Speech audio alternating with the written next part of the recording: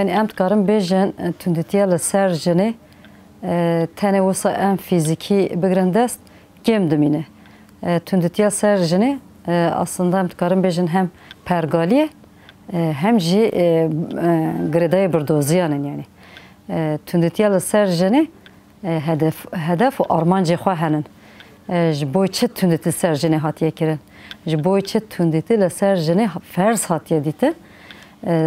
Tabii ki zihniyeteki wî heye, avakirina zihniyeteki wî heye, avakirina pergalekî wî heye. Wisa em nikarin tenê wek bûyerekî bigirin dest.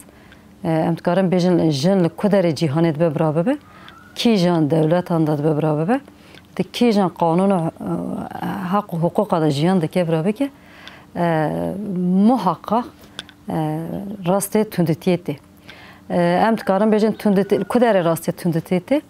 Yek em dikarin bêjin nava malê da ev bav dibe, ev mêr dibe, ev bira dibe, tundîtî em bêjin ser jinê tê meşandin. Dîsa em dikarin bêjin di bajar da tundîtiya em dibêjin ya taxan ya gundan ya bajaran ser jinê da tê.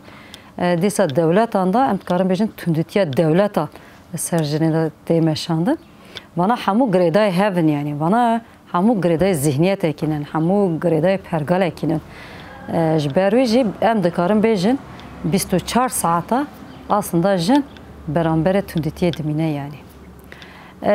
Tenê tundîtî em dikarin bêjin alî fîzîkîna, hemû aliyan da tundîtî ser jinê tê meşandin. Taybet em dikarin bêjin tundîtiya herî ziraf, herî kur, tundîtiya em bêjin ya psikolojik yani ya derûniye. Li jinê bi çav mêze kirin, heta hitab û usluba bile merû dikarin tundîtiyê tê da bibînin yani. Ji ber çi? Ji ber ku piştê şaristaniyê şûnda pergalên ku hatin ava kirin, bi aqlê zelam, bi çanda zelam dema tê ava kirin, pêwîst bû aqlê jinê, çanda jinê, çanda jindayîk bahata bimpikirin, bahata xelaskirin. Ji bo vê jî em dikarin bêjin mada yekemîn em bêjin kedîkirina jinê bû yani. Pêwîst bijin bahata kedîkirin. Ew rihê azad, ew enerji wisa em bêjin bi coş, ew jiyana wisa bi reng, ew em bêjin ew zihniyeta ku civakî, ew ehlaq û çanda civakî pêwîst bahata kedîkirin. Taybet yekemîn em dikarin bêjin sîlaha wana ya baviksalarî tundîtî bû bi birdoziyê xwe jî viya xurt kirin, heta gotin hin gotinan bile derxistin, heta roja me îro jî tê. İşte lêdan ji cinetê derketiye, gelek keça xwe nexel çokê xwe dixe. Bi zimanên cuda cuda ban gotinan di nava civakê de meşrû kirin. Pêwîst bû îdî wek qedera jinê gere nehata guhurtan bi hezar salane wisa berdewam dike.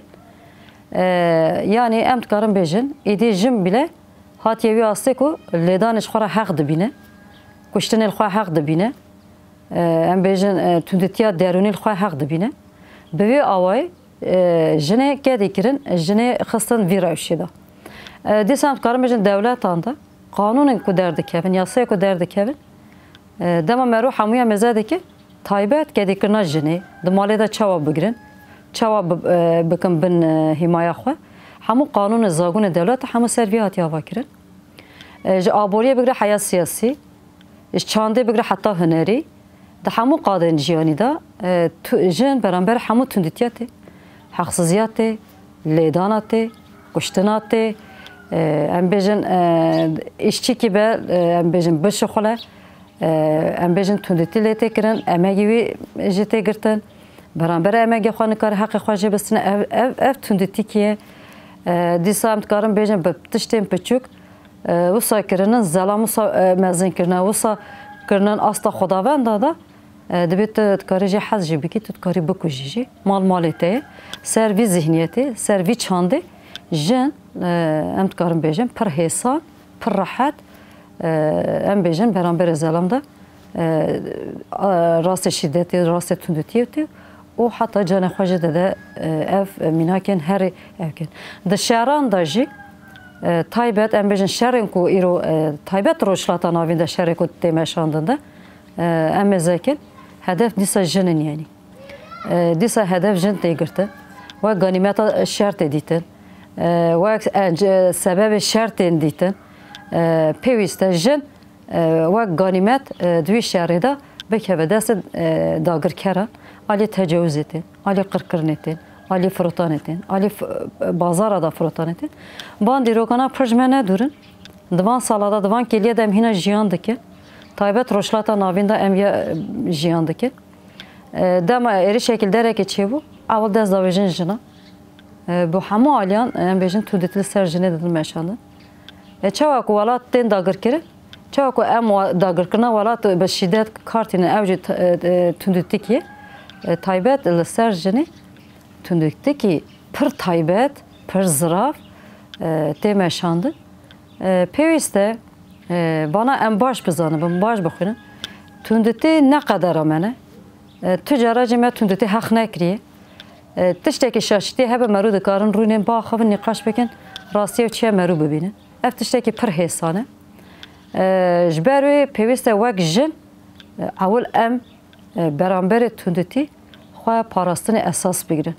Xwe parastin tenê alîkî dana hemû aliyan de pêwîst em xwe biparêzin. Alî zanist de gerek em xwe biparêzin. Alî xwenaskirin de gerek em xwe biparêzin. Alî çanda xwe, ehlaqê xwe, sekna xwe hemû tiştê xwe de pêwîst e em xwe bi rêxistin bikin ku em parastina xwe bidin avakirin. û em diviya da îkna bibin yani. Em ne ku warê însanekî wîsanin ku cinsekî wîsanin ku em bin kedî kirin. Em bi lêdan, bi heqaret, bi tecawûz em bin kedî kirin û em bibin malê hene. Pêwîst e vî zanistê da bine. Beremberê vîya jî zanista tekoşîna herî baş xwenaskirin e, xwebûyîn e.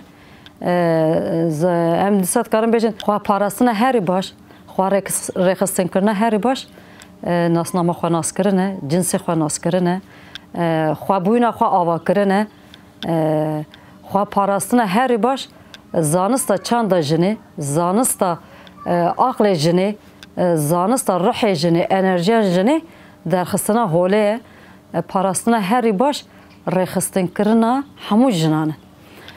Pêwîst e di vî aliyê de em bi rêxistinkirin, bi zanistî, bi çand û ehlaqa jindayîk em tev bigerin.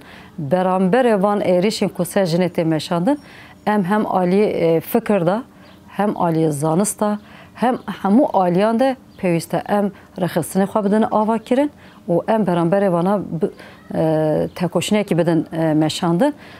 Ancak wî çaxê em dikarin bêjin heger jin ji binê vî zulmê derbikeve. Xwe rizgar bike, hingê zarok jî ew ê ji bin tundîtiya civak û em bêjin ê mezna derbikeve. Heger jin bin tundîtiyê derbikeve, xwe azad bike, em dikarin bêjin hingê xweza jî ew ê azad bibe. Em bêjin heger jin azad bibe, ew ê civak jî pêra azad bibe, hingê ew şer û kuştin û heqsizî û tundîtî hemû yê bala derbikeve. Ancak wisa em dikarin beramberê vê tundîtiyê vê şerê bigirin.